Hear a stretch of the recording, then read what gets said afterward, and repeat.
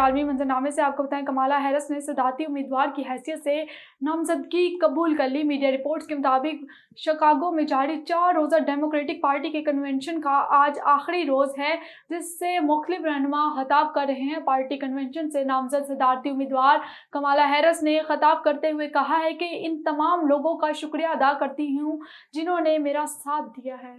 और ब्लिंकन का दौरा मशरिकी वस्ता मुकम्मल गजा जंग बंदी मुआहदे पर पेशरफ न हो सकी। वाशिंगटन रवाना होने से पहले एंटोनी ब्लिंकन ने कहा है कि इसराइली इख्तलाफात कम करने वाली अमरीकी तजवीज़ की हमायत करता है। अगर हमास तजवीज़ को कबूल करता है तो मुआहदे पर अमल दरामद से मुतल्लिक किसी वाजिया मुफाहमत पर काम करेंगे। खबरसादारों के मुताबिक फरीकैन के दरमियान मुज़ाकरात का नया दौर रवां हफ्ते मुतवक्के है। और चीन के सियाहती मकामात पर दुनिया भर से आए सियाहतों के डेरे। पाकिस्तानी सियाहों के मुताबिक चीन ने सियाहत को एक मुनाफा बख्श सनत के तौर पर ज़बरदस्त तरक्की दी है, जिससे पाकिस्तान भी सीख सकता है। मज़ीद तफसीलात जानते हैं बीजिंग से हमारे नुमाइंदे शाहिद अफराज खान से। जी शाहिद अफराज, बताइएगा।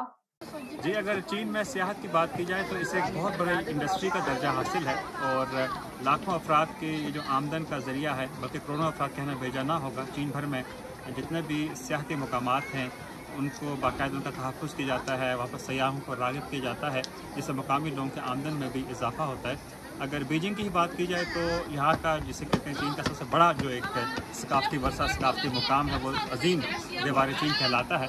इस दीवार चीन के तहफ़्फ़ुज़ के लिए हुकूमत की जानिब से हर मुमकिन इक़दाम किए जाते हैं। आप इस वक्त देख रहे होंगे कि लाखों की तादाद में आपको इसको सयाह जो है नज़र आ रहे होंगे, और चूँकि अज़ीम दीवार चीन एक वसी रकबे पर मुहित है और ये वजह है कि हर साल ना सिर्फ चीनी शहरी बल्कि दुनिया भर से जो सयाह यहाँ का रुख करते हैं वो बीजिंग आते हैं, दीवार चीन आते हैं। इनमें पाकिस्तानी अफराद भी शामिल होते हैं, ये भी दुनिया के साथ साथ। और जब वो यहाँ आते हैं तो चीन पाक दोस्ती के हवाले से बात करते हैं और ऐसे जज्बात को जाहिर किया जाता है। इस वक्त भी मेरे साथ एक मौजूद हैं पाकिस्तानी सयाह हैं, उनसे बात करते हैं। जी, अपना नाम बताइएगा। जी, मेरा नाम अली शाहिद है। जी अली, आप यहाँ पर इस वक्त ये दीवार चीन यहाँ पर आप आए हैं, दुनिया का एक अजीम सकाफ़ती वर्सा है और अजायब में से कहते हैं कि शामिल होता है इसका। तो आपको कैसा लग रहा है? और यहाँ पर जो मुख्तलिफ हिस्सों से चीनी अफराद आए हुए हैं, दुनिया भर से सयाह यहाँ पर आए हुए हैं, आपने देखे कैसा लग रहा है आपको?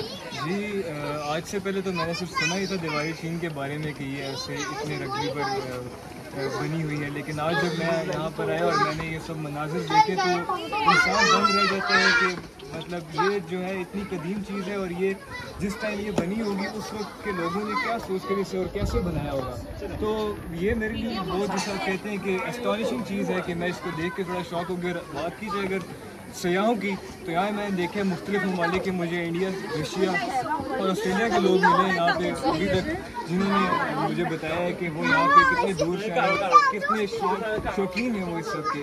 तो मेरे ख्याल से जैसा आप पहले फरमा रहे थे कि टूरिज़म से मुख्तलिफ शोबा जात मुंसलिक होते हैं, तो मेरे ख्याल से ये चीन के एक इकॉनमी को बड़ा फ़ायदा पहुँचाता है यहाँ पे टूरिज़म, क्योंकि टूरिज़म एक बहुत बड़ी इंडस्ट्री है और जिससे बहुत लोगों के रोज़गार जुड़े हुए होते हैं। तो मेरे ख्याल से जैसे चीनी हुकूमत ने इसको प्रिजर्व किया है और कंजर्व किया, वो एक बहुत ही कमेंडेबल चीज़ और काबिल तारीफ़ चीज़ है। जी, आपने वजह फरमाया। और इस वक्त तो हमारे नाज़रीन देख रहे होंगे कि ये अज़ीम दीवार चीन इसका भरपूर अंदाज से तहफ़्फ़ुज़ जो है वो किया जाता है, लोगों की सहूलत के लिए इक़दाम किए जाते हैं। ये वजह है कि उन्हें राग़िब किया जाता है और इस ये जो सनत है सियाहत की, इसको एक इंडस्ट्री के तौर पर नुमाया तौर पर तरक्की दी जाती है। और यही देखा जाए तो चीन के हवाले से बात की जाए तरक्की की, सियाहत से बाजात को तरक्की देने इसमें ये भी शामिल है।